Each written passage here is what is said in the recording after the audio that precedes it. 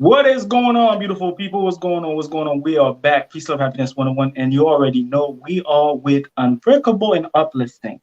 How's it going today, girl? Great. How are you, Peace? Hey, man. You know what? I'm always blessed to be here. We have a good show for everybody. Yep. Thank you so much for being here. For those of you already here, we already have 2 people. Yeah. We have a good subject. We always have a good subject. But today's subject is the what happens. I'll let you talk. I'll let you talk to the people. What happens? You let me talk, Peace? Yeah. Oh, Let them you know let why me you're go? here. Let them know why you're on the show today. I got the stage on this one. Yeah, you are. Well, Peace is always bringing up the topics that are needed and oftentimes can be very difficult, but we got to have a conversation. We got to open our mouths. Like, y'all who know me and who follow me know, I say it often. We got to open our mouths. We got to speak. So the topic today that we're going over is dating after abuse. Ooh. What do you mean by dating after abuse, really? Because for those of you who've been following the channel, for those of you who've been following our on Facebook, Instagrams, we are familiar with Unbreakable and Uplifting. We know that she is one of the victims, but now a warrior. We've been through stuff. We've dealt with things. Childhood abuse, relationship abuse. Now she's talking about dating. How come? Like, what's that? What's going on? Unbreakable. We all want to have someone special in our lives. I think, we all have that moment in time where we feel as though, having someone to complement our lives and spend our lifetimes with, I think for most people is a dream. That's what we want. That's what we aspire to. That's what we hope for. But having been through difficult situations, speaking personally, you've got to put in the work, or we're going to repeat the same exact patterns. So, as you said, being sexually molested as a child, being in 2 very abusive marriages, coming out of that and going through a healing process, there's a lot of things that I've had to really go back and assess and realize that those weren't working for me. And I've got to do things differently. So, way back in the day, being raised by the toxic parents that I was raised by, we're going to have some real talk here, Peace. Okay. We're going to have some real talk for people. Okay. Being raised by the toxic parents that I was raised by, I learned that, or I was under the false understanding that if I provided sex, they loved me. Like if I had sex with them, that means they loved me. So I went through that phase way back when I was young. And that, affected me. And all it was me searching for love, somebody to want me. Because, of course, we talked about it before, lack of self-esteem, lack of self-worth, lack of value. So that, this was this mentality that I had at a very early age.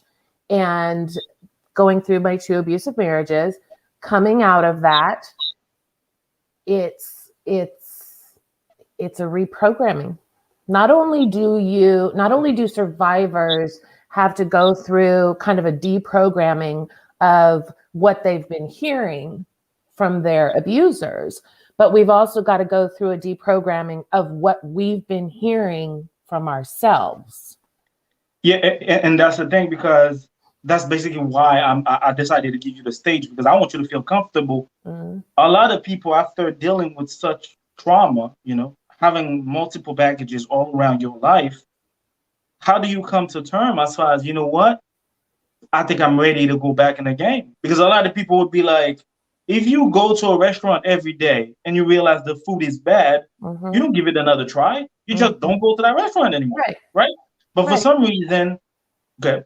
Exactly. Absolutely. We keep going back into the same situations because we don't put in the time and the effort that it requires in order to change our own behaviors, in order to change our own thought processes, in order to find our value. I mean, I can't say this enough. And I know anyone who knows me knows that I say it a lot. We have to find our own value. We've got to find our self-worth, because without it, we're going to be attracted to toxic people. We're going to be attracted to toxic relationships. We're going to fall for things, the red flags.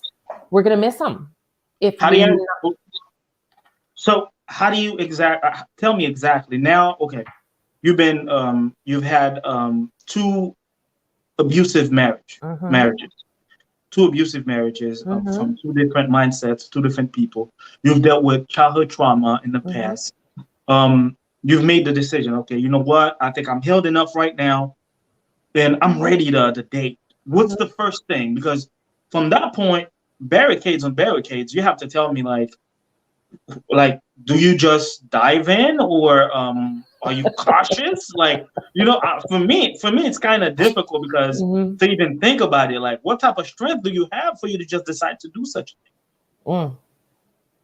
Well, so I've been out for 2.5 years. Initially, I think we talked about this last time. Initially, I wasn't dating. I was going through the divorce process and just taking some time to survive that, and really put in some heavy duty work on my recovery from getting out of the abusive marriage. Once the divorce was finalized, then it was like, okay. And that was about a 9 or 10 month period. And then I decided, okay, I'm going to get out there. And met someone, and it was a rebound. It was clearly a rebound. I mean, looking back, I can see that there were red flags. There were definitely red flags. And I consciously allowed them to slide for a little bit until it was, I think, the third time. The third time you lie to me, I'm done. Okay, you said rebound. Rebound in a sense, like, because there's a term that we call rebound guy, rebound chick. Rebound in the sense of having fun, or rebound in the sense you almost find yourself being in the same situations again. In the same situation again. In the same situation again. Not confident enough, not having found my voice enough to stand up for myself and say, no, I'm not going to do this again. There's when coming out of toxic relationships, there's so much damage and so much pain that you've got to face that. You've got to deal with that. And personally speaking, sometimes you just get tired of it. Like I get tired of being healthy sometimes. Like, I joke with my therapist, can I just go back to being in denial for a little while just so somebody's in my life? It was almost that mentality with that first relationship. But I got through that after a couple of months, dated for a couple of months, and said, no, I'm not going to do this again. I'm not going to look past the red flags. I'm not going to, cut this person slack when they are mistreating me. Now, was it abusive? No, it was just toxic. There was no abuse that was going on there. It was just another toxic individual that I did not need to have in my life. So, what do you mean by toxic? In which term? Like, toxic verbally, or what was the situation? Give me some of the red flags that triggered you to just step back. Lying. Okay, that's it. More than enough. Lying about everything. Anything and everything. Yeah, I can't do lying. That is one of my biggest things that will let people see a whole nother side of me that they don't want to see. But lying. It was just lying about anything and everything, where you were, what you were doing, who you were talking to. No, I don't have time for any of that. So yeah, ended that one. Okay. From there, that one hurt. It really did hurt. And it compounded the pain that I was already dealing with. And so, again, real talk, I went into, well, screw it. Then I'm just going to do what the men do. I'm just going to go have fun. That's it. No strings attached. I'm just going to go have fun. I'm going to go play. That's it. That's all I'm interested in. Oh, no, I'm to be honest with you, I'm going to be completely honest with you. When you said that you went into dating after 9 months, I was puzzled myself. I wouldn't be dating. I'm like, is that enough time to heal after everything you've been through? Like, I don't see it being enough time. But when you said you were trying to dive back in, I expected the same results. I expected you to have fun. I expected you to be with a Jamaican man, you know what I mean, getting your groove back in Jamaica, whatever it is. Have fun, you know what I mean, trying to find yourself, not to do anything stupid, but just to, hey, let me live life a little bit. Yeah. I've been restricted by everything, trying to live the societal norms, you know what I mean, do everything that I'm supposed to do, being married, having kids, business, all this stuff. But now I'm finally free. Why would you just trying to dive back in? Did you feel lonely a little bit? What was the mindset? There was more loneliness in the beginning, and then there was battling with there was infidelity, and once the marriage was finalized, my abuser immediately married the mistress. Right, even knowing. Hold up. You said the person who was abusing you married the mistress? Yeah, right away. Right after. Some people just know how to do it, man. I'm sorry. Right after the laws in Texas, you have to wait 30 days. So from the time it was finalized, well, now the abuser, God help this poor senseless person. The abuser thought that it wasn't finalized until we actually got the paperwork from the judge. So the abuser took that kind of as okay, I got to wait 30 days from this date. Poor senseless soul. It was actually finalized like 2 months before, but. Oh, wow. Okay. Anyways, so yes, the abuser turned around and married the mistress immediately. And even knowing how toxic they both were, because mind you, I've been getting text messages, emails, voicemails, mail, like snail mail from the mistress. I'm talking about what? That she's the only missus, and I'm crazy and I need to go get help, and he never did anything to me, and I don't know what I'm talking about. And yeah, it goes into just sick and sadness. It's so pathetic. But you got what you wanted. Well, why the fuss? Like, why bother me? So, knowing though that this was such a toxic relationship that they were in, there's still that sadness of, well, why does he get to be in a relationship and I'm not? You know, why I'm the one who was hurt. Why am I not the one being comforted? Why does he just get to move on with his life? Now, 2.5 years later, and knowing everything that I know, even to this day, I know how bad it is over there. Yeah. More power to you. No regrets. You just take a. Yeah. But it doesn't, it now the thought process is I'm way happier single than being in another toxic relationship. Like, y'all can have that toxic relationship and, ultimately do whatever. I'm happy single. I don't have to deal with it. But it's a grieving process. I talked about this on one of my lives recently, that we all have to go through a grieving process. And a lot of times I think survivors who get out, a lot of times people don't understand that, yes, we're happy we're out. Yeah. Yes, we're safe now. Yeah. Yes, we're in a better place now. However, there's still a grieving process that has to go on. And it's not that any of us are grieving the loss of our abuser, but we're grieving the loss of the dreams that we had. Yeah. Because we all have these long-term, lifelong, we have children, or we want to have children, or we're going to do this, or we're going to do that. We have these dreams. The expectations, Correct. The realistic expectations that would go further down the road as far as you already having a relationship. You expect such things to happen because you already established. That's understandable. Correct. So it's an entire grieving process that we have to go through. And I don't think many people understand that.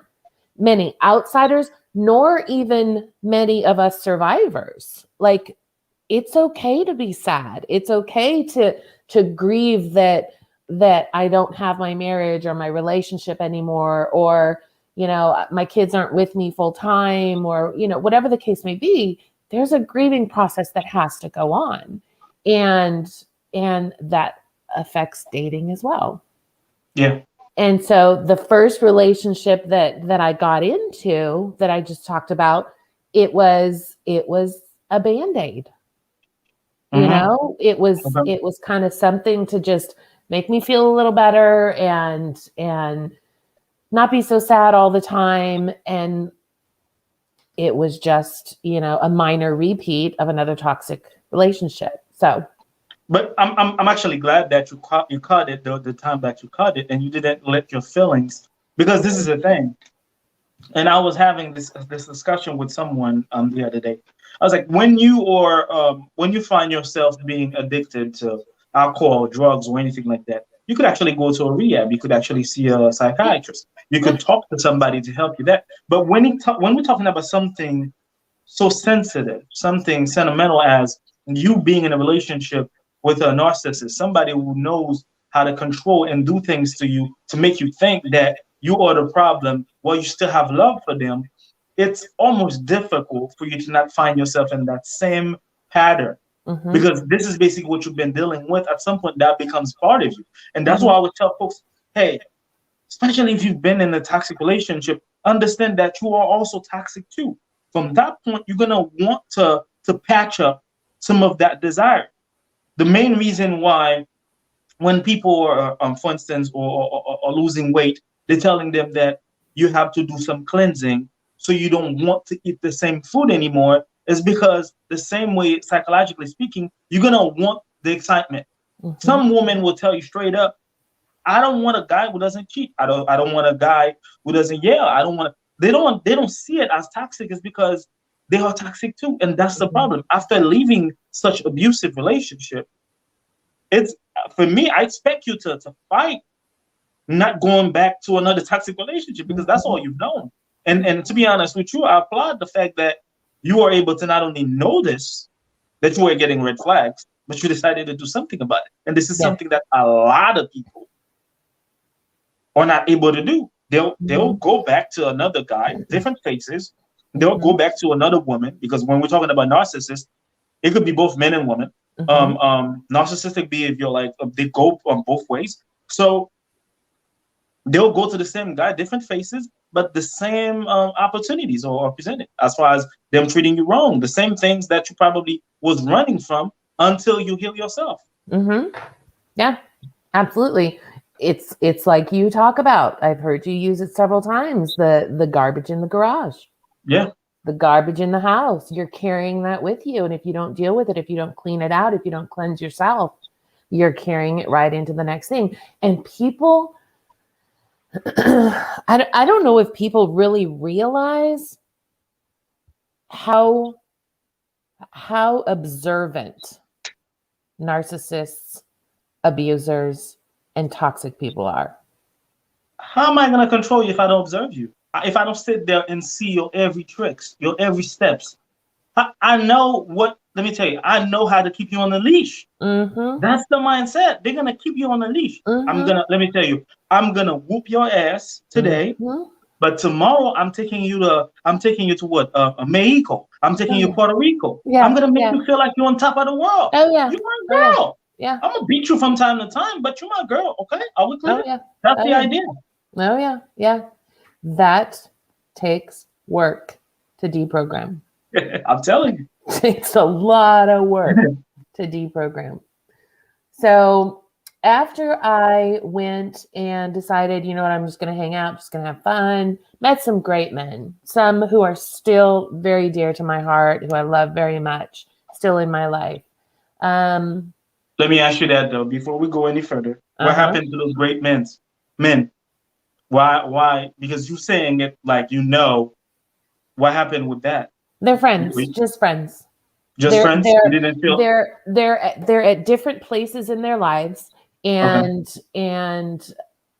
you know, I was told so often when I was with my abuser that I was such a judgmental person. You're so judgmental. You think you're better than everybody.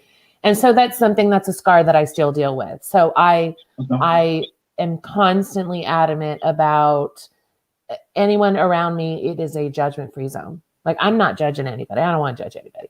So these men who I have met and who are still my friends, they're just at different places in their lives. They're not toxic men. They're great guys, but they're just at different places in their lives. And as far as a relationship is concerned, it's just not the same place that I'm at, where they're at and where I'm at. That doesn't mean we can't be friends. You know, that doesn't mean that I can't appreciate that they're good men, but it's not the one. You know, they're not the one, should I say. What do you mean they're not the one? What? Okay, what put them in the own category as far as did they give you any red flags, or no. you were just not? No, one in particular, you know, there's an age difference. One in particular is getting ready has a very good career, an amazing career, but is getting ready to go back to school to advance his career. And I travel. Like, I ain't waiting around. And your career is going to keep you where you're at, you know, location wise. Will you have the capability to travel from time to time? Yeah, from time to time. But I'm just at a different stage at 51. And here you little young buck, you know, in your 40s, you know, we're just at two different stages. So I appreciate him as a good man. I support him as my friend. We hang out from time to time, go out to dinner. But no, I'm not going to invest my time into something that is not worth my time. So I invest my time in my friendship because that's worth my time. But as far as trying to pursue a relationship with that person in particular, it's not worth my time. I don't want to get invested in something where I can already see that the directions are completely opposite. You know what I mean? Okay, I understand that. Yeah, that's definitely different, especially if it's pursuing something that's completely different than yours. If you feel like you are more settled, there's no need for us to even go through that direction. Right. Another thing, are you open to the idea of actually finding a relationship that you could really find yourself in? Am I open to that idea right now? Yeah. Yeah, I'm open to that idea right now. Absolutely. What would be the you know, the super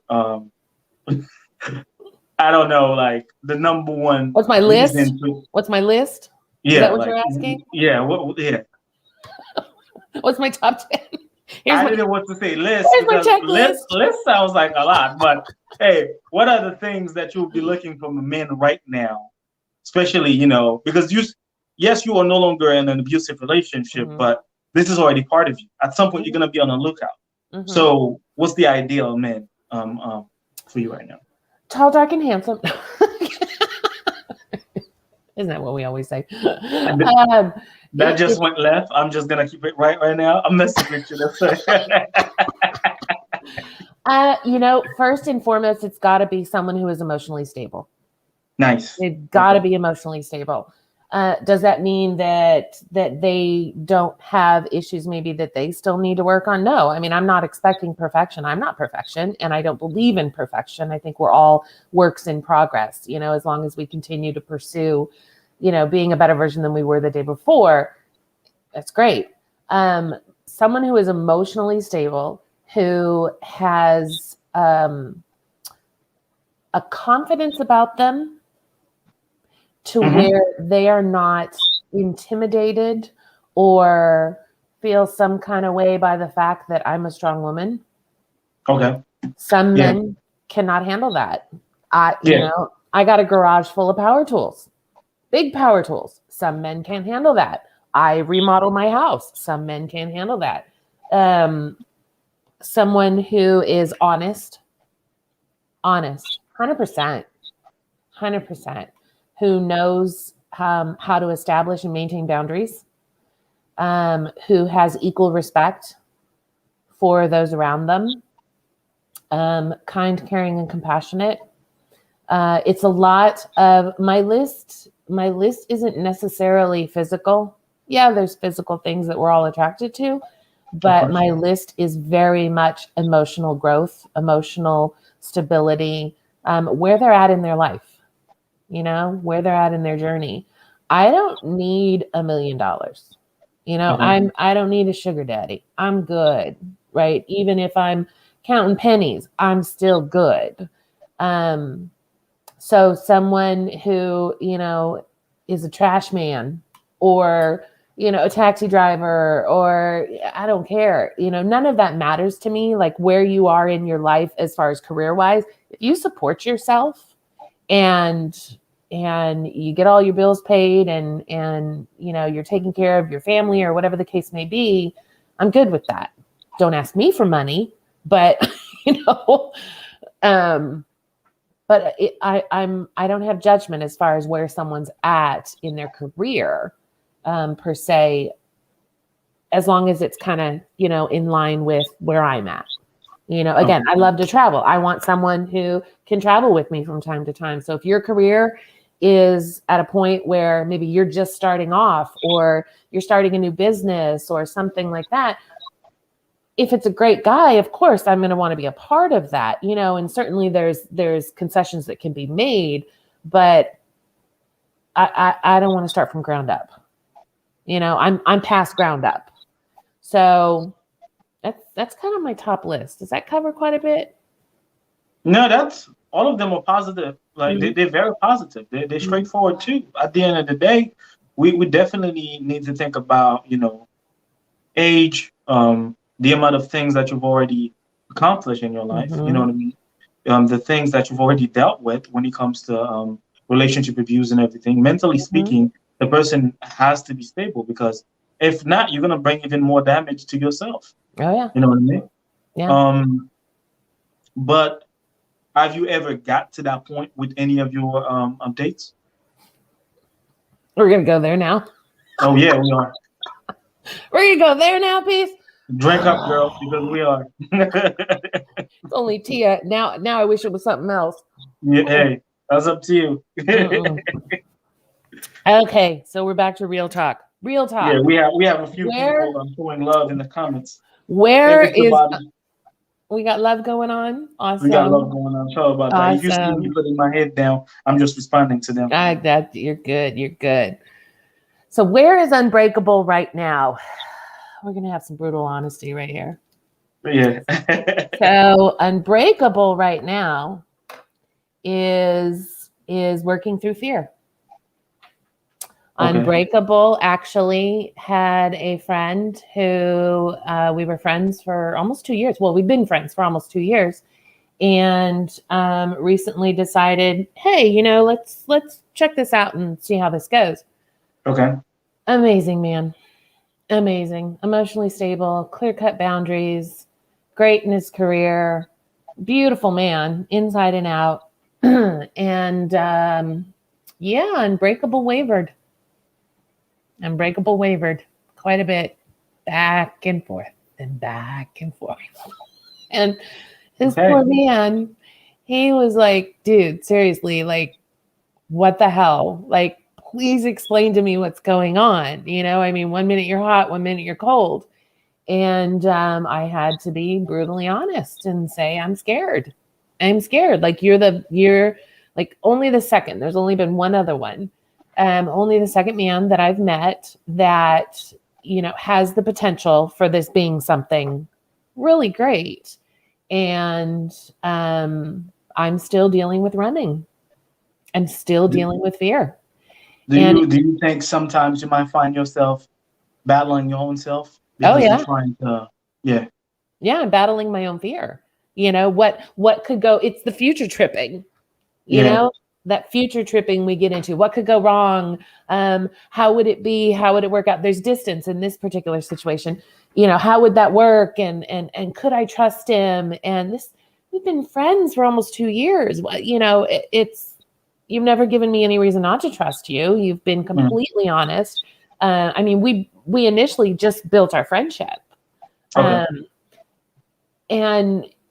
But going and spending time and hanging out and realizing that there was more there than than I had initially thought. Yeah, definitely more there. A lot more potential than I even realized in 2 years that we had been friends. It terrified the hell out of me, and I screwed that up. I screwed it up. I had to be honest, and I had to respect his boundaries, and it was tough. It was tough. So Unbreakable decided, okay, we're just going to take a step back again. Let's just take some more time. Clearly there is more that I need to work on. There's more that I need to process through in order to find more of a comfort level within myself. Not to say that we shouldn't be cautious. I don't want to be overly cautious. I want to be aware.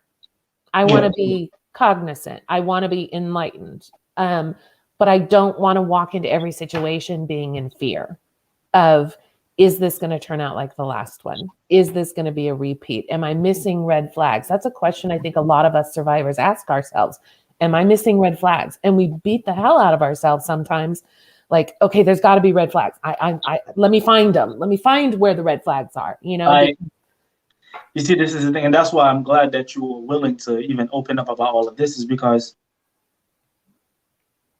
red flags are going to find you. You don't look for red flags. When you start looking for red flags, you're creating problems for your own self. Yeah. That's me being honest with you. Regardless of how somebody's going to try to hide it, you're going to see something. You're going to feel something. Your energy is going to talk to you. You're going to be like, there are certain things that are not adding up.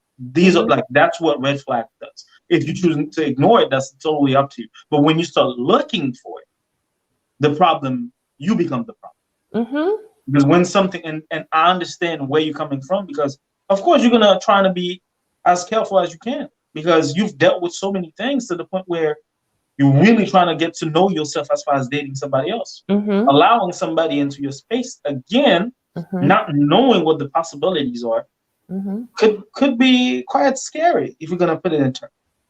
But the reality is... My therapist had to put me in check. Okay. I was going on dates, 2 and 3 dates a week. Like, I got on one of the apps and I was going on 2 or 3 dates a week, just meeting for coffee. That's like my rule. Coffee can be short or coffee can be long. So I prefer coffee. Just going and meeting for coffee. And, maybe a second date, maybe a third date, but there would be something, anything. And I would be like, no, bye. I'm out. How long ago that was? That was last year. That was last year. Have you grown from that? Yes, I've had to. So my therapist was like, well, did you talk to them about it? No. Well, did you give them an opportunity to give their side of the story? No. I was just like, no, I'm out. I'm out. And it wasn't even red flags. It was, maybe you said something or that triggered something in me, or you have a different point of view than I do about something. And I'm not you were just being radically skeptical. I was just running, gone, completely running. And it's tough. It is. Cyber 2001 says that she really wants you to go in depth with that within that subject, because she's also trying to overcome her fear. After she's a survivor here, so she's trying to get, if you want to give her the steps, because I'm pretty sure a lot of people are probably still dealing with that, especially anything that involve mental, physical, and sexual, financial abuse, anything like that. You know what I mean? So basically, you've been going to dates and stuff. When did you realize that you were hurting the dating process? It was earlier this year. And I'm so grateful for the therapist that I have. She actually gave me rules. Okay. I have rules now that I have to follow in regards to dating, that if I go out on a date with someone, unless it's just a blatant red flag, blatant red flags are deal breakers. Off the table, done. I've got carte blanche. I'm out of there. Okay. But if there's something where I'm just not sure, or it's kind of like got my brain spinning, but it's not a big red flag. Yeah. I'm not allowed to ditch him until I talk to my therapist. I'm not allowed to get rid of him until I talk to my therapist. Because she gives me the other perspective of, okay, I get that that's what they said, or I get that that's what they did. Did you talk to them about it? And I have to, having this in the back of my head now, knowing that, okay, I've got to be held accountable by my therapist. I really need to put some thought into this. So I've had to consciously speak up more, or I've had to consciously think, okay, while maybe I don't necessarily agree with that opinion, that doesn't make this person a bad person. Just anything, not red flags. I cannot stress that enough. Not red flags. We don't look past that, but we're all different individuals. We all have different opinions and different ways that we've lived our lives and how we've grown up and what we've done. So I've had to consciously process through each date that I've gone on. Okay. And when something hits me, I have to take a step back. And if I can't figure it out, then I go to my therapist or I go to one of my friends for a different perspective. Because you want to hear real talk? Yeah. The real trust issues after coming out of an abusive relationship, the real trust issues are with yourself. That's what I was about to ask you. Yes, you said that you were going on dates. We also talked about you feeling lonely. We also talked about you feeling some type of way over the fact that the abuser have already found himself in a relationship. All those things going around your head, and the way that people are going to probably look at you in ways that, oh yeah, she was used to be married, this and that. Were you even ready to be dating completely, to go back in the game, or you were just forcing yourself to think so? Early on, no, I wasn't ready. No. Early on, out of that relationship, I was not ready. I jumped in fast, out of loneliness, out of sadness. I jumped in fast. Maybe this last year, I think I was at a place where, it was okay for me to go and start kind of hanging out and going out on dates. But it's still a process. Am I 100% healed? No, I'm not. I've still got work to do. I've still got growth that I need to obtain, but I'm in a better place now. Okay. With myself. I'm more honest with myself now. I'm more confident with myself. I'm much more confident behind my voice now, which is so important. So important.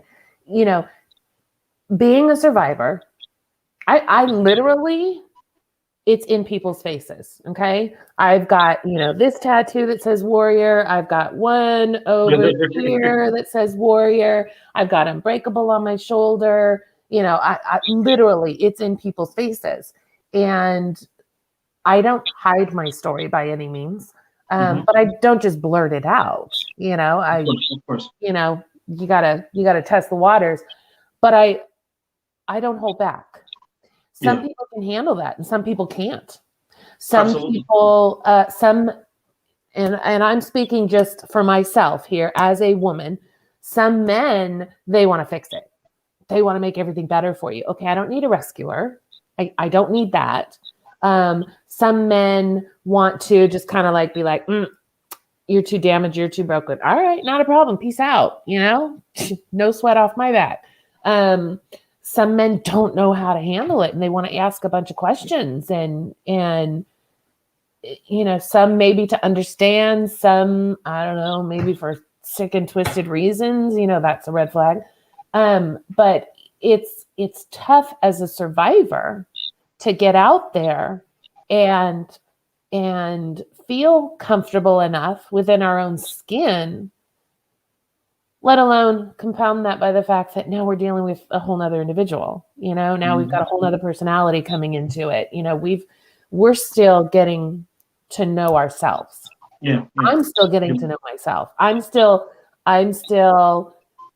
figuring out who I am. And I told you the other day that where I was, they called me back for my appointment and I'm just dancing and I'm just saying hi to everybody. And, I'm having a grand old time, and consciously realizing that, Kylie G, Unbreakable, you used to be so quiet. Like, you lived your entire life just this wallflower, and yet you are really just this extroverted person. Like, you have such an extroverted personality. I'm still getting to know that. Like, it catches me off guard sometimes. So the process. Do you think it would be easier to find somebody who's also been in your shoes? I think there's a lot of benefits to that. Oh, you'll be more compatible towards each other?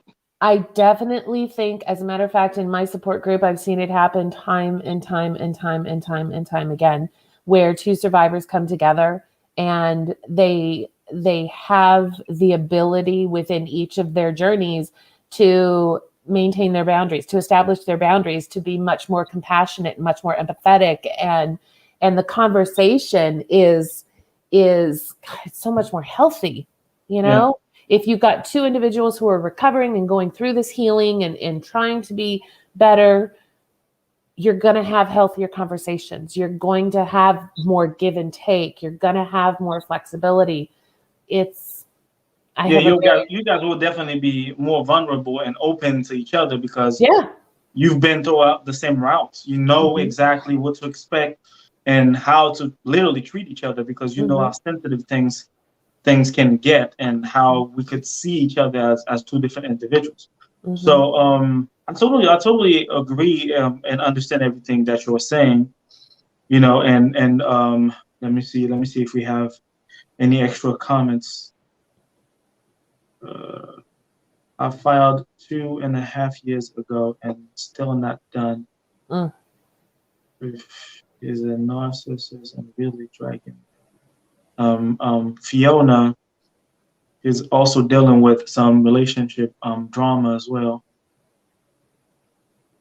Yeah, everybody's just talking within each other and supporting each other as far as abusive relationship and everything. And that's what's good about talking about things like this, because as much as we might not think other people are going through this, because behind four walls, nobody really know what's really going on. It's like when the door closes, we don't know the next door neighbor until we really hear something. We don't really know. And some people are so good at it, you might not even know there's an abuser next door. Yeah. You know what I mean? I wore the mask really well. I wore the mask very, very well. No one had a clue. No one had a clue. No. And that's basically...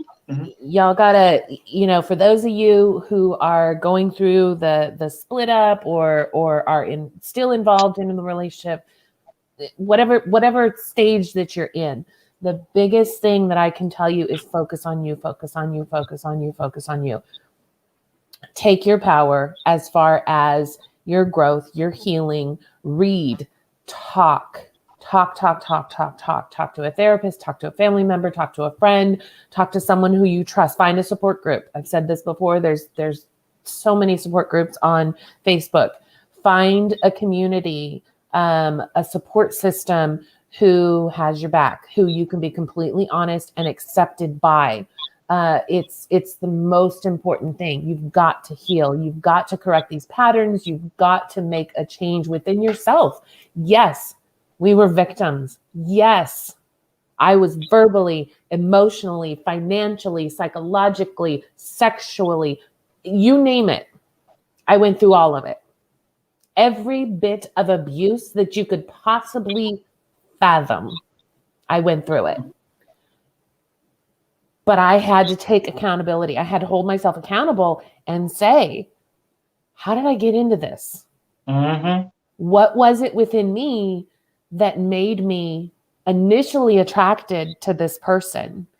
Educate yourself, learn about love bombing, learn about gaslighting, learn about a narcissist, read. There's so much out there for free that you can read up on. The more you talk, the more you communicate, the more you educate yourself, the better you're going to feel. You're going to have so many aha moments that are going to be hard. There's going to be a lot of tears. I have cried so many tears by myself, realizing, God, I really hated myself. I really hated myself that much that I ignored it. Early on, I ignored it. Staying in it, we get sucked in. We know about the serotonin and the oxytocin and all of these. We understand the love bombing, and we understand how we get sucked in and addicted to these toxic relationships. You talk about that piece often. Yeah. We get it. We're in there, and it's hard, like any other addict, because that's what we are at that point when we've been in this relationship and we're addicted to those brain chemicals that are shooting every time these things go off. Yeah. But something got me into that initially, and that's what I need to focus on. None of it was okay. None of it was my fault. None of it. But I have to hold myself accountable for, how did I get into this? How did I initially get into this? Not why did I stay, but how did I initially get into this? You were just being optimistic. You had pure goals for the relationship that you were in, and that's the thing. A lot of folks, just because what you want, you have to understand what you want is not, when you're not getting what you want, you have to understand that, okay, respect is not being served, understanding is not being served, I'm being abused. At this point, there's no need for me to be around that situation every day. And that's what's difficult, because people tend to associate those things with the amount of years they spend with the person, with the experiences they've had with the person, with the blessing that came throughout the years by being with that person. The kids, they keep associating a bunch of stuff, while the entire time you keep piling up baggage. You keep piling up baggages, and that's the thing. You know what I mean? Yeah. Let me see. We have a Cyber 2001 Ken wanted to ask you, how do you differentiate the red flags from the ones in our head? Good question. Good question.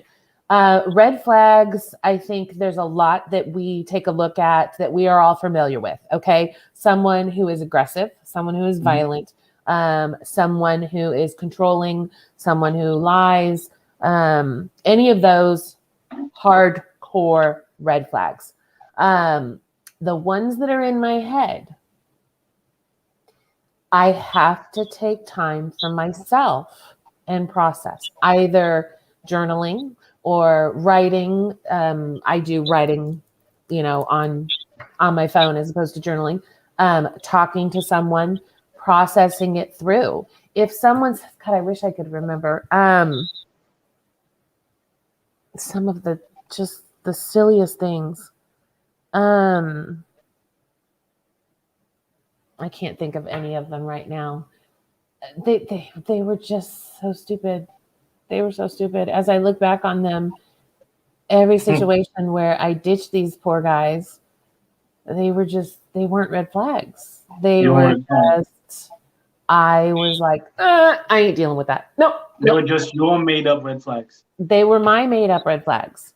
They were everybody. The one thing that I've had to learn is everybody has an opinion. Yeah. I don't always have to agree with that opinion. Yeah. That doesn't mean that person is a bad person. Yeah. If it's toxic, of course, like I don't talk politics with anybody. Okay. I'm not going to talk politics with you. Right. But if you've got an opinion about, I don't know, your governor, no, I don't want to say governor. You've got an opinion about, I don't know, the color of somebody's house. They painted the house this color, and you've got an opinion about that. I may not agree with you. Okay. I may think it's absolutely gaudy. I think it's absolutely horrible, but that doesn't mean that you're a bad person. I mean, it was things that simple that I was running. Or they would say something that, excuse me. Oh my goodness. Let me get a drink here. Good.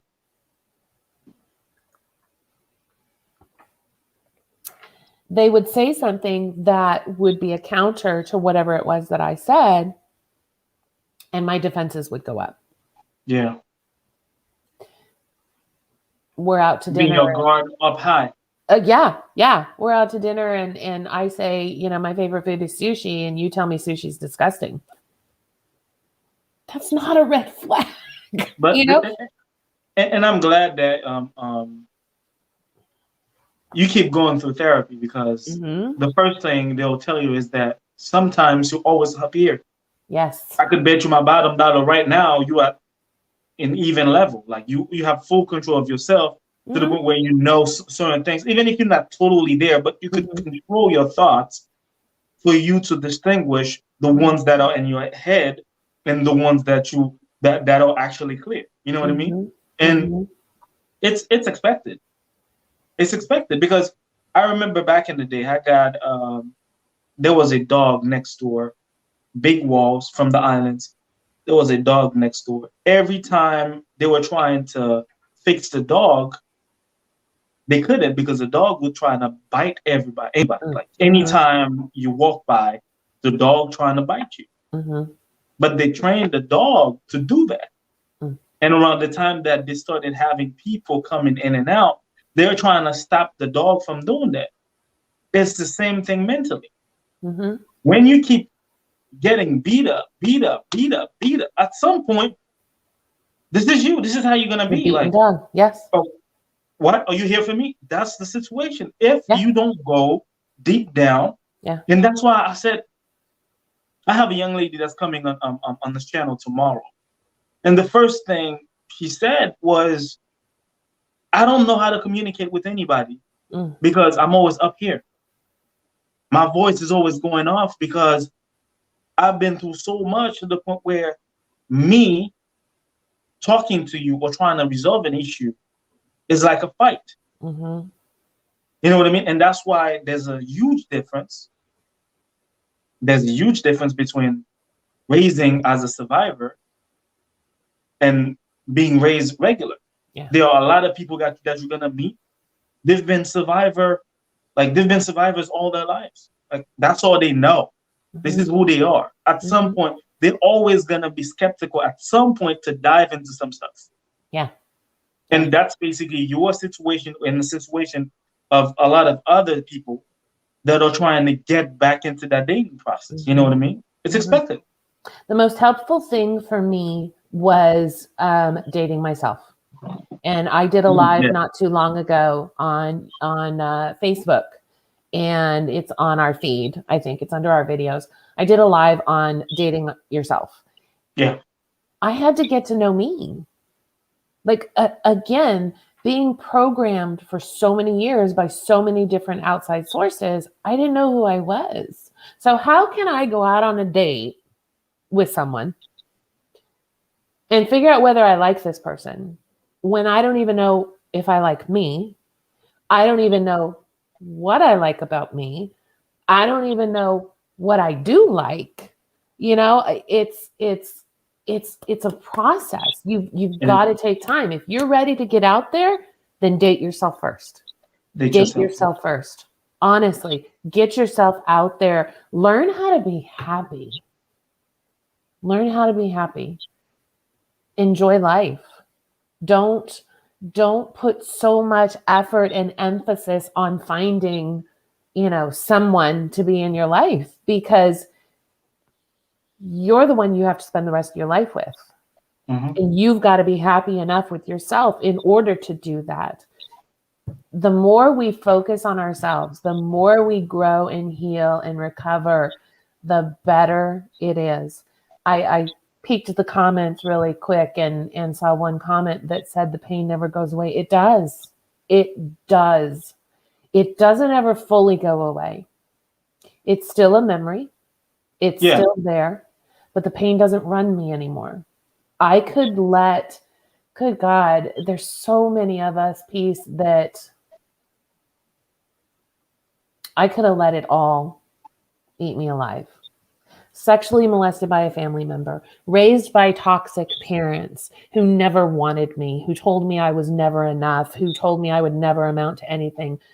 First marriage, 3 concussions, second marriage, 15 years of pure hell, emergency surgeries, financial abuse, terrified for my life, guns being taken out on me, STDs, cheating on me left and right, beaten me down physically, emotionally, psychologically. I could have crawled into a ball and never come out. But I refused to do that. I refused to be silent. I refused to lay down. I had a movie we were watching recently, and it was a very traumatic movie. I don't remember when it came out, but it was called Foster Boy. It was very triggering. So I will tell everyone it was extremely triggering. But there was one point in that movie where this young man, his abuser, got put in the jail cell with him. And it was done intentionally by the company he was trying to sue. But this abuser comes in there and said, you liked it. Yeah, that's one thing you don't want to, trigger. Yeah, you don't. Oh boy.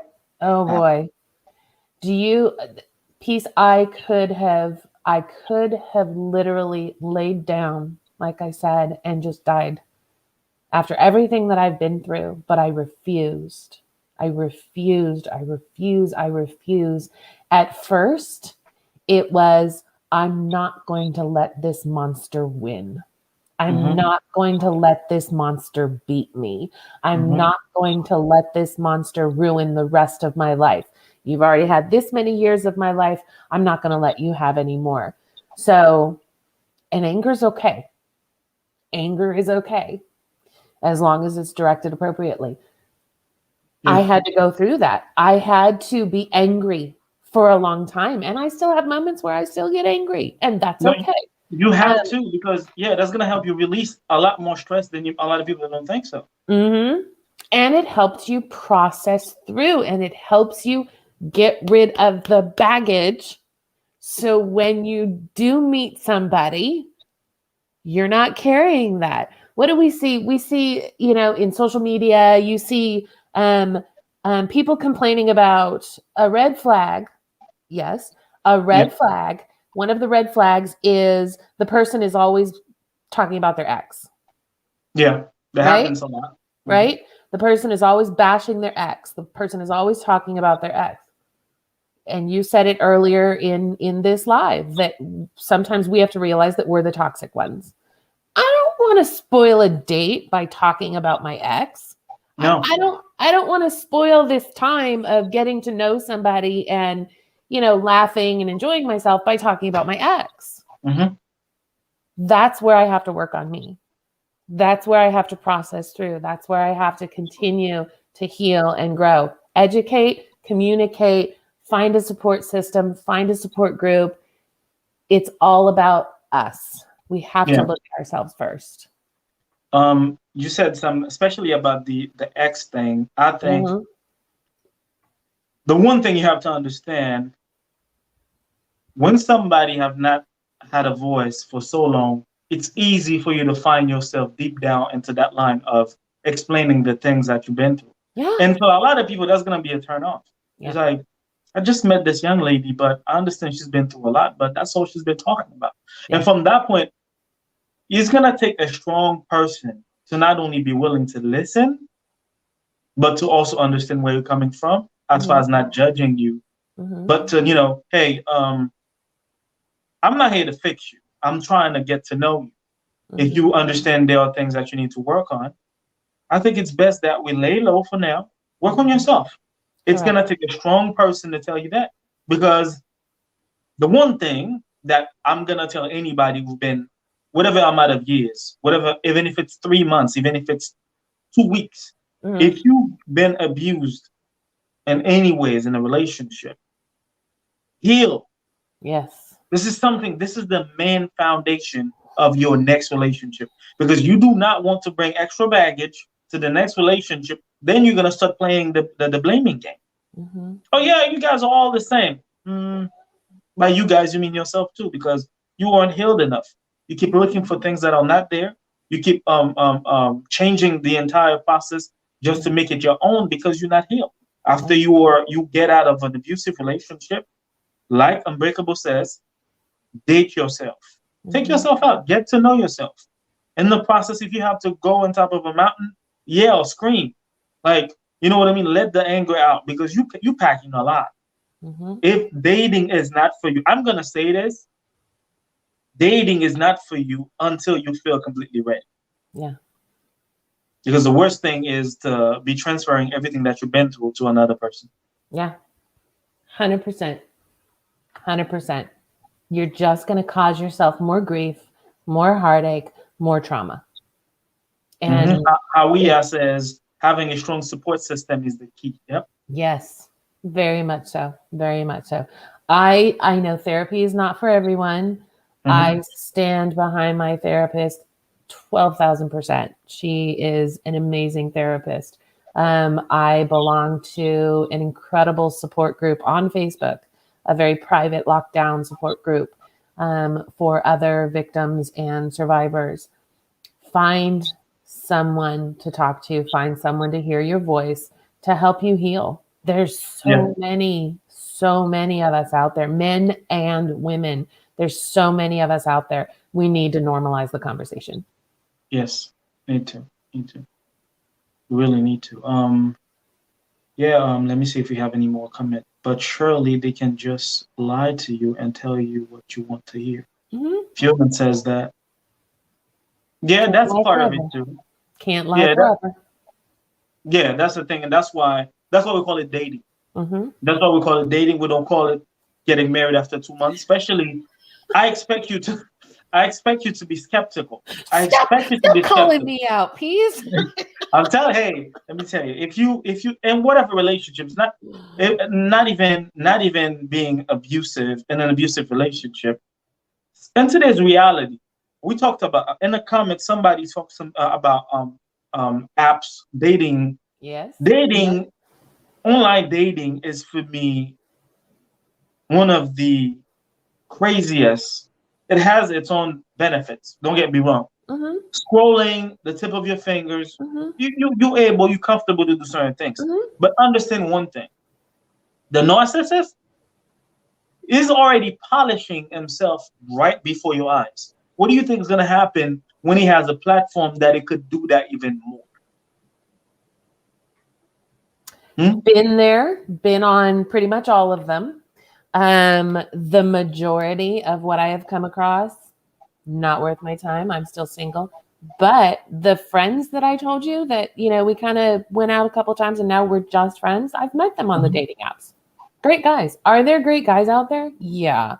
But you really got to kiss a lot of frogs. You really got to kiss a lot of frogs. And there's a lot of frogs out there on those apps. You got to be careful. What I will say about the dating apps is know your ground rules. My ground rules were that nobody got my phone number right off the bat. Most of these dating apps now, you have the capability to communicate via a phone or via a video directly through their dating apps. So you don't have to give out any phone numbers. So nobody gets my phone numbers. I'm going to video chat with you immediately. I want to know if you are who you say you are. And then if I decide that I'm going to meet you, we're going to meet in a public place. And for me, like I said, it's coffee. I will meet you at a coffee shop because I can get through a cup of coffee in 10 minutes if I need to and be like, this ain't for me, I'm out. Yeah, security wise too, it's surrounded by folks that are in and out. Yep. Yes. Good environment. Don't fall for everything that they're saying right off the bat. The ones, and this is just me personally, this is just where I'm at in my healing. If you hit me with, hey, beautiful, oh my God, you're so gorgeous.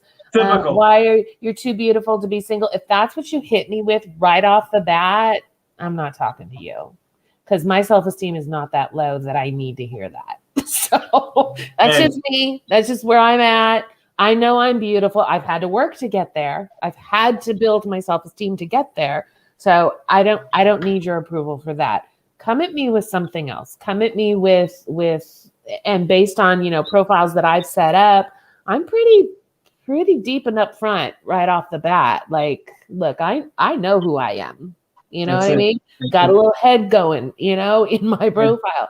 So if you can't first and foremost read my profile, you're just going by physical, I'm not interested. If you can read my profile and come at me with something eloquent, articulate, some type of thought process that you've put into it, okay, I'm going to give you the time of day. But don't fall for every single one of those, hey, beautiful, hey, no. Lazy. I can bet you that they've got 200 more hey, beautifuls that they just sent out. Yeah. Not interested. We do have a question in the comments.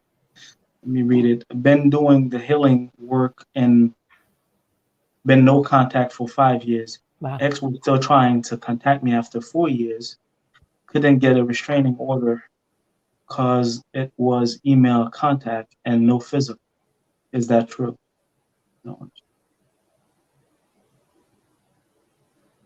There's something as no email contact, but not physical when you get a restraining order?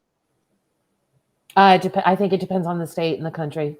Oh, okay. I think it depends on the state and the country. What I will tell you is I still get emails. I still get text messages. I still get, and just vicious, because we've got a child involved. So there's shared custody. So there has to be some type of communication. Yeah. Anytime I try to communicate, I completely gray rock, just facts, just about my child. But the response is always just something just vicious and horrible and evil and abusive. The more that I heal and work on myself, the less it affects me. Yeah. The more that I heal and work on myself, I think most abusers, I cannot speak on behalf of all of them, but I think most abusers are chicken shits. I think most abusers or a lot of abusers are so insecure with themselves, are so self-loathing that the only way they can feel better is to put someone down, is to beat someone down, is to make someone less than them. That person lacks so much self-esteem. That person has zero self-worth. That person literally hates themselves. This is men or women. How do you beat a toxic person?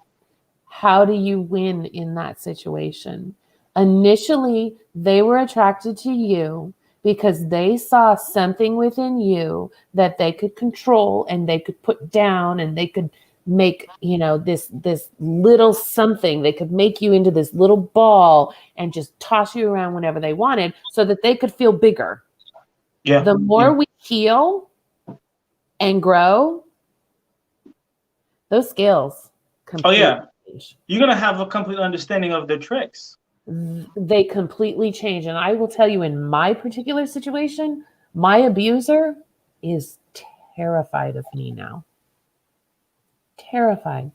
This is someone who used to pull guns out on me. And I know there's still guns at this person's house. I don't care. But this is someone who used to pull guns out on me and threaten me with guns. And this person is terrified of me. Why? Because first and foremost, I'm not quiet anymore. I'm not going to be quiet anymore.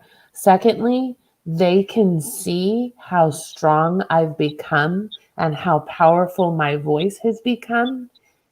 And that scares those weak individuals. Yeah, because the whole way they trick people into thinking that they are in control is by abusing you. Yeah, it's by abusing you. It's all about power and telling control. you, hey, shut up. Yep. Like you, the fear of you not thinking there's a way out, and you think that there's like too much to lose. At some point, you're just gonna keep bearing it, not understanding that you are literally killing yourself on the inside, not understanding that you have your own power. And it takes you to get out of that relationship and look yourself in the mirror and start healing to understand that I've been this strong this entire time. I let this person get away with so many things. Now it's time for me to take power back for myself. And that's when they realize, oh no, You know what I mean? And so the person who has the restraining order that's dealing with email communication, depending upon your email carrier, you can block. I have the new wife blocked because I was getting emails from that particular person. You can block. And I promise you, the more you work on yourself, the more you keep growing and healing and use your voice. Good Lord, please, all y'all speak up. Use your voice. This person is going to get afraid. This person is going to be scared. This person is going to start to back down because they realize you've taken your power back. They don't have it anymore. You don't have it anymore. They don't have it anymore. Yeah, because after being in there so long, it's difficult. It's difficult for you to not get power. At some point, you're gonna just like, yeah, that's enough. I do not want to deal with that. Yeah. I do not want to deal with that. Let's see what the comment says. See if we could get some more questions. Guys, we are getting questions right now, and knowing that we've been talking over you guys, trying to read within the time that Unbreakable is talking. They're just agreeing with some of the things that we are saying and talking about the relationship they've dealt with. Fiona says, yes, totally agree. Cyber 2001. So hard to speak up for yourself. I'm finding learning to set and keep boundaries really helpful to finding my voice. Yeah. That's awesome. That's so awesome. And Fiona says, no one sees it, and even family members believe I'm a liar. That's another thing.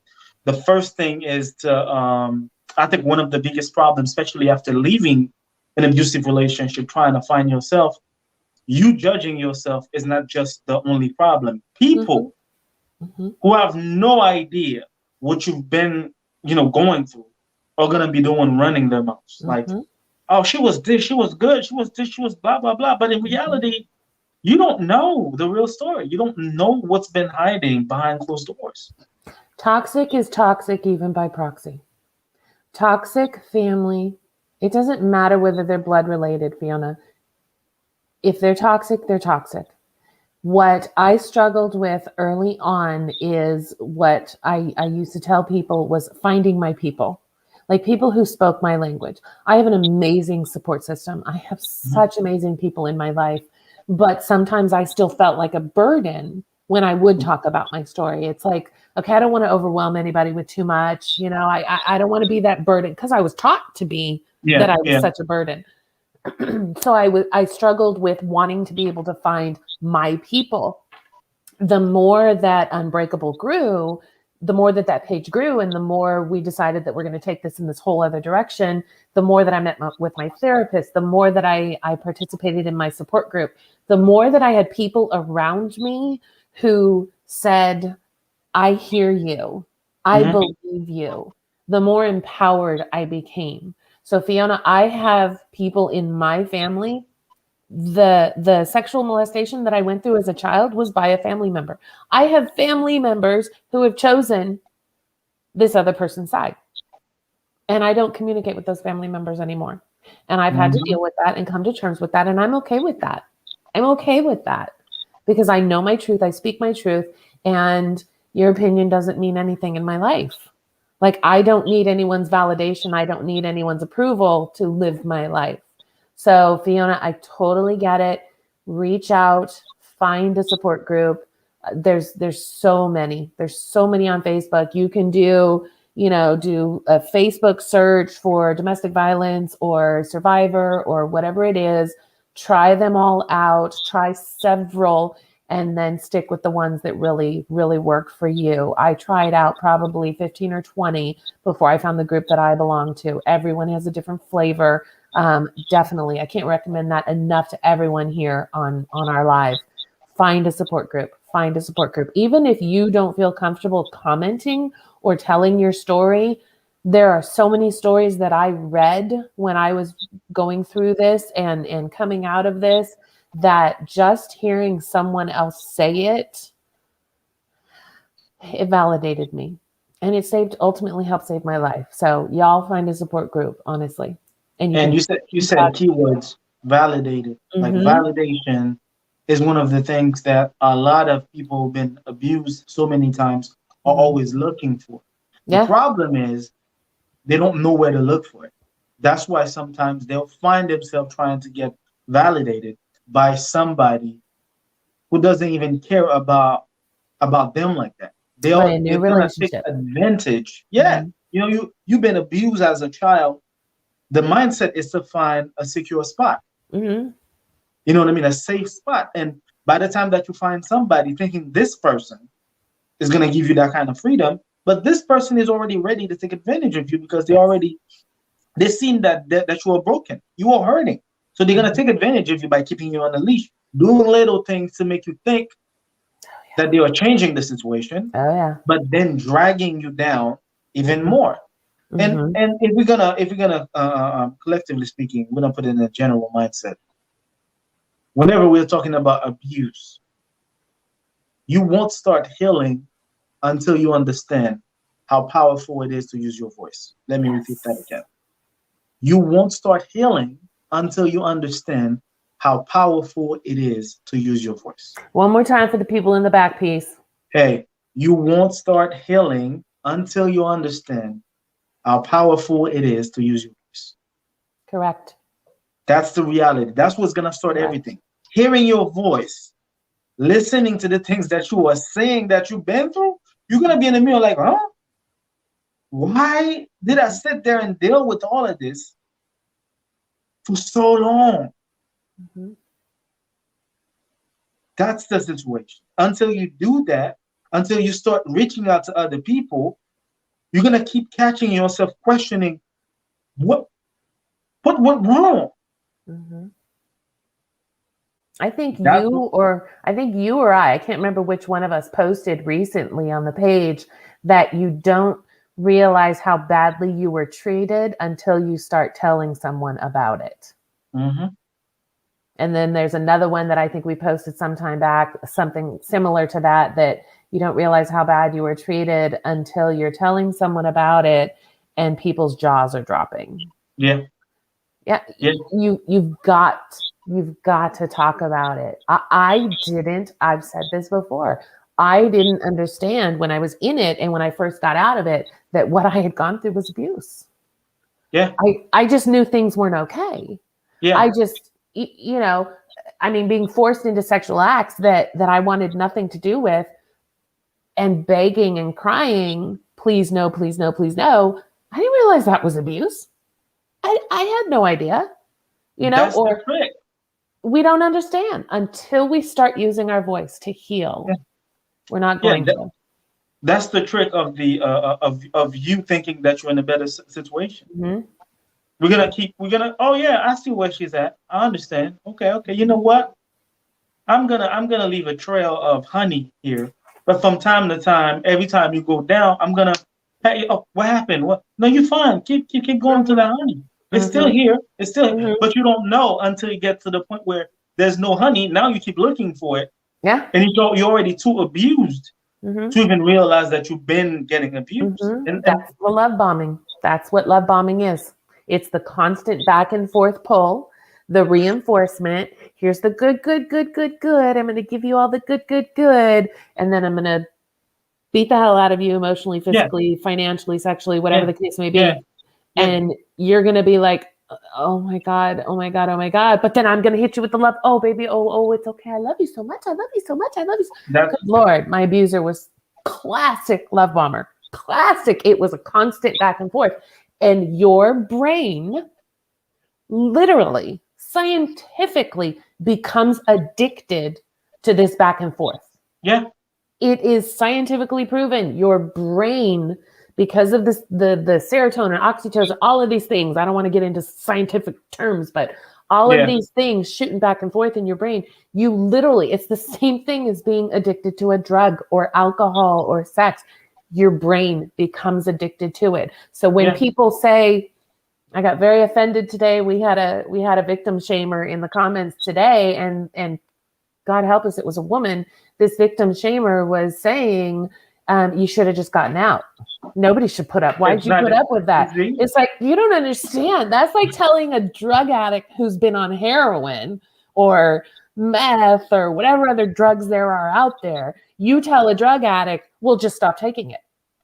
We'll just stop taking it. No, your body. It's part of who they are at this point. It's part of their DNA. Yes, correct. Like they've been doing it so much, it becomes them. Same thing for a relationship that you are dealing with another person who has a conception of controlling your emotional state. It's like they got that under control. They know how to drag you. They know how to make you think that they'll do anything to you. And when people say that, I'm like, stupid. Like, what are you talking about? Do you even know what it is to be abused? No, you don't know anything like that. So that's something that, especially in dating, you've got to address. That's one of those things you've really got to address.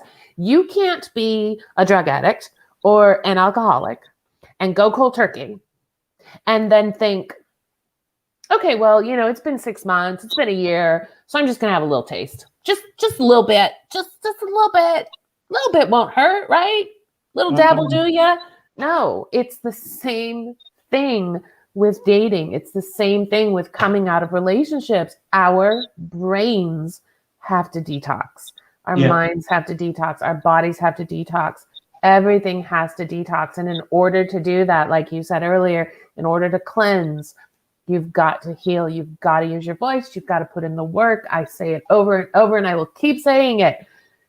Put in the work. Heal yourself. Find your voice. Use your voice. Educate yourself. Date yourself. We're going to have loneliness. We're going to have loneliness. I have loneliness.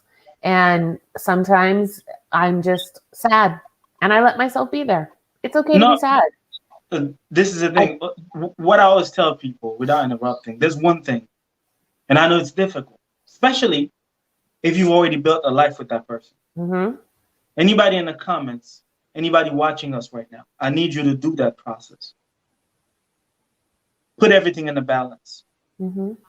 Yes, you're going to go family dinner. Ricky is going to be with his wife. They've been together for 15 years. That's nice. Okay, no problem. Your little sister is going to still be married with the kids running around. And you're going to be that one with the glass wine, just sitting there with your husband, not being there anymore. People are going to look at you a certain way, but they don't know what you've been through. So, and from that point, when you get back in your room, you're going to have that deep feeling. It's like, I guess I wish it was here with me. Sometime I think about it. Put everything in the balance. The amount of abuse that this person did and the happiness that you have now. Which one would you rather have? Are you going to sit here and think about, I want to still be with him even if he's going to beat me up? And remember everything that you've been through, all the healing process that you're trying to get into, all the people that are supporting you right now, the happiness, you dating yourself, you finding who you are entirely. Would you want to give all of that up and go back into somebody controlling you constantly? There's your answer right there. Put that in balance. If you want to write it down, put a pile of stuff. You're going to find a lot of things, especially if you've been dealing with an abuse. You're going to have enough stuff to put on that first list. Then put all the goods. Agreed. What do we got in comments? Shaky's channel is just agreeing with us. The same things they were initially worshiping, they'll tear them down right away. I feel better when I hear past victims speak out about their abuse because I no longer feel as alone. That is the one piece. That is the one that just rips my heart out every time I hear that. Oh my God. There's so many of us out there. There's so many of us out there, men and women. Men and women, yep. We've got to normalize. We're still trying to have your brother come in. Yeah. Because a lot of people think, and it's even more difficult for men because sometimes They do not want to show their emotions. They were told to not express their feelings because that's weak. But then, like, a lot of people are dealing with men who are completely broken, devastated over the things they've been through, but they never opened up because society told them not to. Yeah, exactly. I've got an interview tomorrow. I hope we're not conflicting, Peace. I hope we organize that so our times are not conflicting. I've got an interview tomorrow with another survivor as well. Her telling her story. It's unbreakable and peace, love, happiness, y'all. For anybody, if you want an opportunity to speak, you can reach out to us through the page. You can reach out to either one of us. We're both on there. You can see when it's peace posting. You can see when it's unbreakable posting. Reach out to us. As I said in one of my recent lives, the message feature is active now on the Unbreakable and Uplifting page. We have been getting some great feedback. We have been having some people reach out to us. I know Peace has got that interview. Is that the one who reached out to us through the page tomorrow? That one is for next Sunday. Next Sunday. Okay. Yeah. So tomorrow's show is going to be also phenomenal too. Oh, good. Yeah, we've got some amazing things. Y'all keep communicating, keep sending those questions, keep following the page. My heart goes out to everybody when they feel alone. I've been there. I've absolutely been there. Let me see if we have any more questions because we've been on for almost 1 hour and 30 minutes. Holy cow. Really appreciate the loves, man. We've had a lot of comments. We really appreciate y'all for being here with us, listening to the some of the things that Unbreakable been going through, being on the channel, supporting us. Cyber has a question: do you give the benefit of the doubt to the new guys who are not abusers? Do I give the benefit of the doubt? Do I trust them right off the bat? I don't prejudge them. I hope for the best. I try not to go into it with a mentality that I'm just going to wait and see. I'm waiting for you to show me because that's destructive. That's toxic in and of itself. That's me being toxic. Yeah. So I go into it openly and honestly, and I allow myself to enjoy myself. Yeah. I'm consciously aware of what's around me. I'm consciously aware of who I'm talking to. I'm listening to every word. It's a process. It's a learning process. But do I think everyone right off the bat is an abuser? No, absolutely not. I tend to give them the benefit of the doubt. I'm also a very positive person. I like to, manifest positive thoughts and keep positivity in my life. It's the fear. And that's what I hear that question. And that's something that I have dealt with. It's the fear. Yeah. I was just about to say that because Cyber 2001, we were just talking about that earlier as far as her going on the first date. And she was looking for red flags. She was looking for things, not understanding that this is not how the process goes. Yeah. And the one time she decided not to do that anymore is because she was healed even more of her understanding that when the red flags are gonna come, they're gonna come. They're gonna get at you, regardless of what. Yeah. You don't need. Yeah, they're gonna come right out.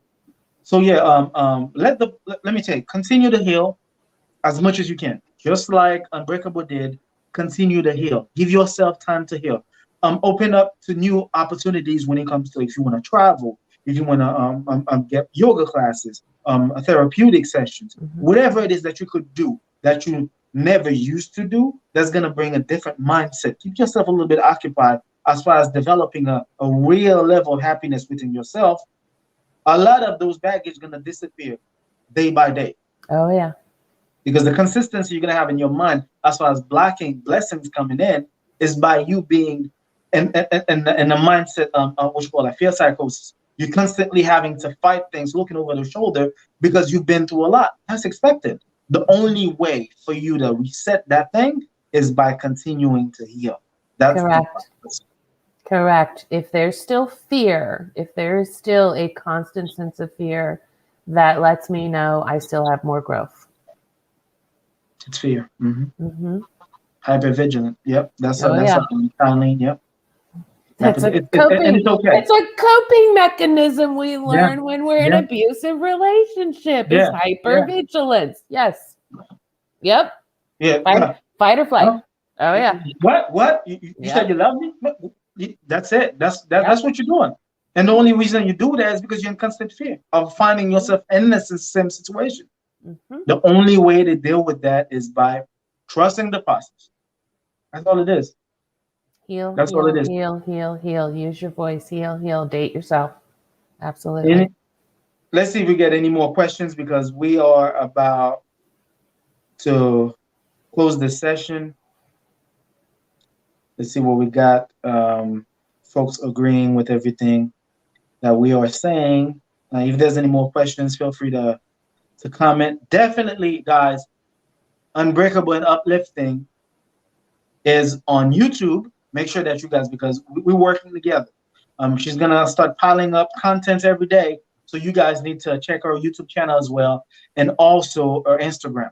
We same names for everything for both of us. Piece of Happiness for me, but Unbreakable on YouTube. You guys need to check this out. Unbreakable and Uplifting is now on TikTok. What? On TikTok. We're now on TikTok. Yep. And again, same thing, same name, Unbreakable and Uplifting across the board. Mm-hmm. Yep. OMG, the love bombing, and then straight off ask the phone number. Yeah, that's a typical thing. That's a typical thing, man. That's a regular thing. You have to expect that. Oh yeah. That's basically everybody, and that's the thing. Sometimes it's not like the person is trying to do anything. It's just that sometimes this is what society is nowadays. Mm-hmm. If they don't ask you for your social media, they're gonna. I'm even puzzled that people even still ask for phone numbers. People ask you for your social media. They do. Yeah.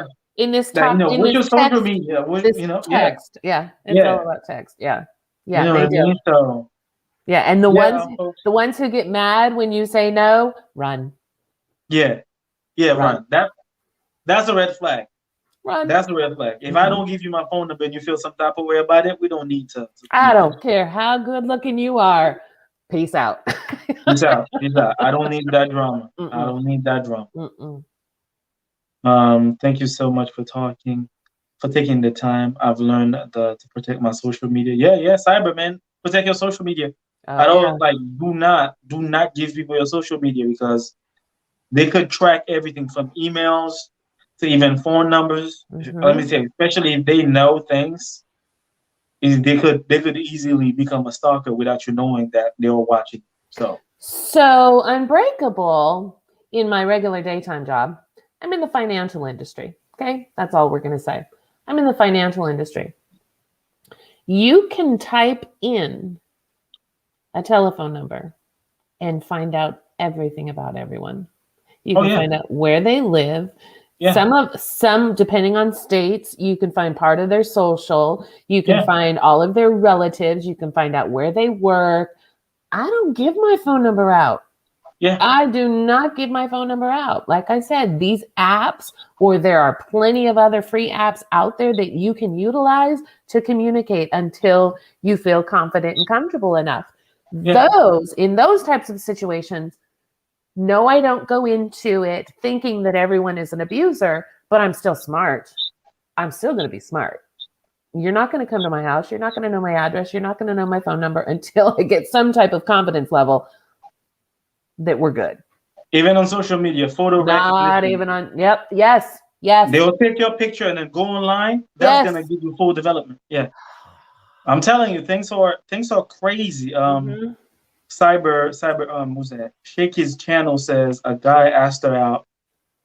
I don't know if it's a he or she. And he or she said it's a pandemic. The guy got offended and used the name weirdo. That's a major red flag. We're good. That's a total red flag. Yeah. If I tell you that it's a pandemic, why would we? Well, I've dated during the pandemic. I've had the best video dates. And then my favorite one, the one gentleman who I said we're friends, that we're very good friends now. When he and I first went out, we did a cop stop. You know how one couple will be parked this way and one couple will be parked this way? That was our first date. That's it. In a parking lot, talking through the windows, socially distanced. You can still date during the pandemic and be socially distanced and be safe. So But if somebody to everybody, it's totally up to everybody. And somebody passing judgment on someone for how they choose to keep themselves safe, my favorite. Shaggy says she. I'm sorry. I had to be specific. I didn't want to say anything. That's definitely understandable. If you don't want to go on a date, within this pandemic, don't. Nobody can force you. She said a cop stop is amazing. Yeah, try this out. Love a cop stop. Love a cop stop. Okay, Cyber says she's also a financial investigator. There you go. So know, Cyber, the job is to dig things out from people. Okay, I see. If I wanted to, I could dig up some stuff. Hey. I don't risk my career for any of that. But Google is the best. Like, you can find everything on Google. Let me tell you, the internet wasn't created for the hidings. Like, no, it was not. You know what I mean? So, yeah, folks. I don't think. Is there any more questions? If not, Unbreakable, I want you to give me the conclusion. Dating after being abused so many times by so many people. Give me a short list as far as the actual steps. Anybody watching right now, summarize everything and give me what are the list of things they need to get done within that process. Heal. Use your voice. Speak up. Find a support system. Find a support group. Learn. Educate yourself. Give yourself a break. Be gentle with yourself. Go through the grieving process. Give yourself time. And then, once you get through all of that, realize and recognize that you're allowed to be happy. You deserve to be happy, whether that's with someone or without someone. You deserve it. You deserve to be happy. We all do.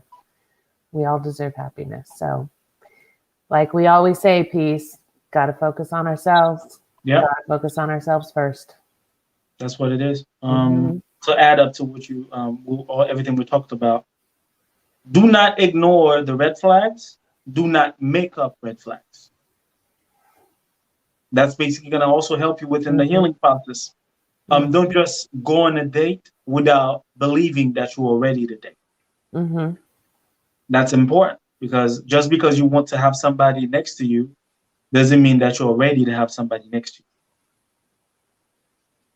Don't try to bring extra baggage to anybody because you think that you deserve to be in a relationship. All of that. I think we have a last question. Do you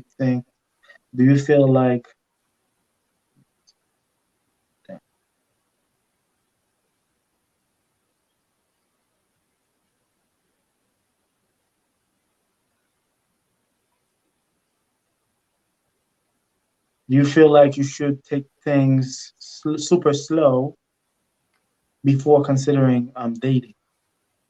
Yeah. Yeah. Absolutely. As slow as you want to. And sometimes I'm even going to say, let the person know what you've been through, not to keep talking about it.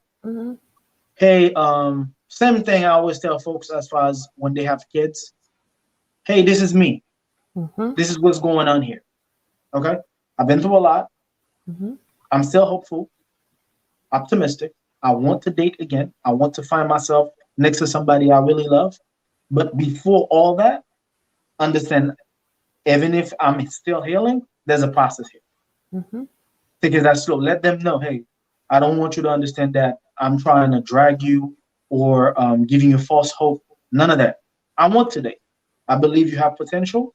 Within that time, you have to give me time because I've been through a lot. Let them know. I love that piece. I love that. Y'all listen to what Peace said. I love that. Absolutely agree. Toxic is toxic. I walked away from family members Yeah, I'm right with yeah. Let me tell you, toxic is toxic.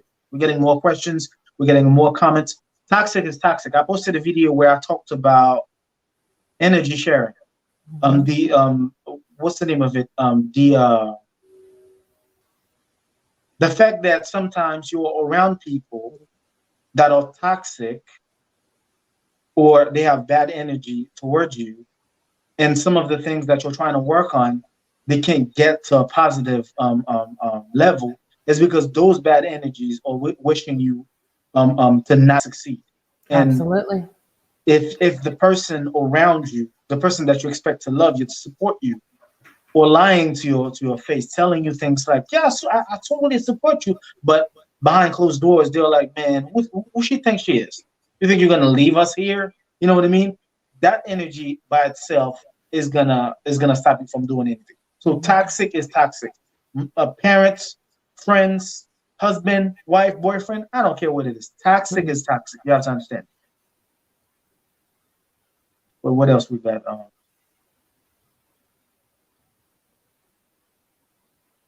That's a good comment. That's a good comment. Shake His Channel says sometimes by explaining things like that to people, they might use that against you. That's a sign of toxicity. If they ever do that, walk away. You don't have time to entertain that. That's them trying to make you feel just because you've been through such situation that you probably nobody. Or that's abuse. that's abuse. That's abuse. Yeah. If it gets to that, or especially early on in a dating relationship, oh, get the you know what out of there. That is abuse. Yeah. How many of us who were hit? How many of us said, so my first marriage I was hit. My second marriage it wasn't as physical. There were bruises, but the physical was much more covert. So that was the excuse that the abuser always gave. Well, I've never hit you like your first husband. Comparing abuse? Come on. So that makes you better. That makes you better because you didn't close your fist at me. You slapped me, but you haven't closed your fist. So you're such a great guy. That made you worse, because if you understood everything that I've been through, and yet you still did it. Pressure. Yeah. Next time too. Like I trusted you with everything that I said. I trusted you with who I am, everything that have happened to me, and you decided to throw it on my face, like. Yeah. And then you expect me to stay? No, I'm not staying. We're done here. If that's happening, y'all, in a dating relationship early on, get out. Get out. Run. Run. What else we got? Well, I guess that's it. Folks, we really appreciate y'all for being here. Unbreakable and uplifting. I know that you have a busy schedule, but thank God. I'm always here for you, Peace. Hey, that's what I'm talking about. So true. When we talk about people are shocked to me was a normal life, I guess. People are always gonna find something to say, good or bad judgment. People are always gonna judge you. You know what I mean? And sometimes people be very selective to whom you decide to share your story with, because shocking is not always positive. Sometimes people are definitely gonna use those things to judge you in a bad way, to look at you differently. You know what I mean? So just because you have a story, just because you now find a voice, don't just share it with people who have complete understanding, who are able to provide positive insight, instead of just looking at you and feel like, ew. You know what I mean? So because you, especially if you're just trying to heal, you don't want that energy around you. You don't need that kind of thing. Right. Okay? Right. All right. Thank you. Unbreakable. Thank you so very much, guys. Thank you so very much. We'll definitely keep you guys posted on the next live. As for my channel, Peace, Love, Happiness 101. Okay, give me a second. I'm still looking at the comments. Charlene, who says, "Can I share a story?" Absolutely. If you wanna come on one of our lives, you could definitely reach out to us on Facebook. For me, it's Peace, Love, Happiness 101.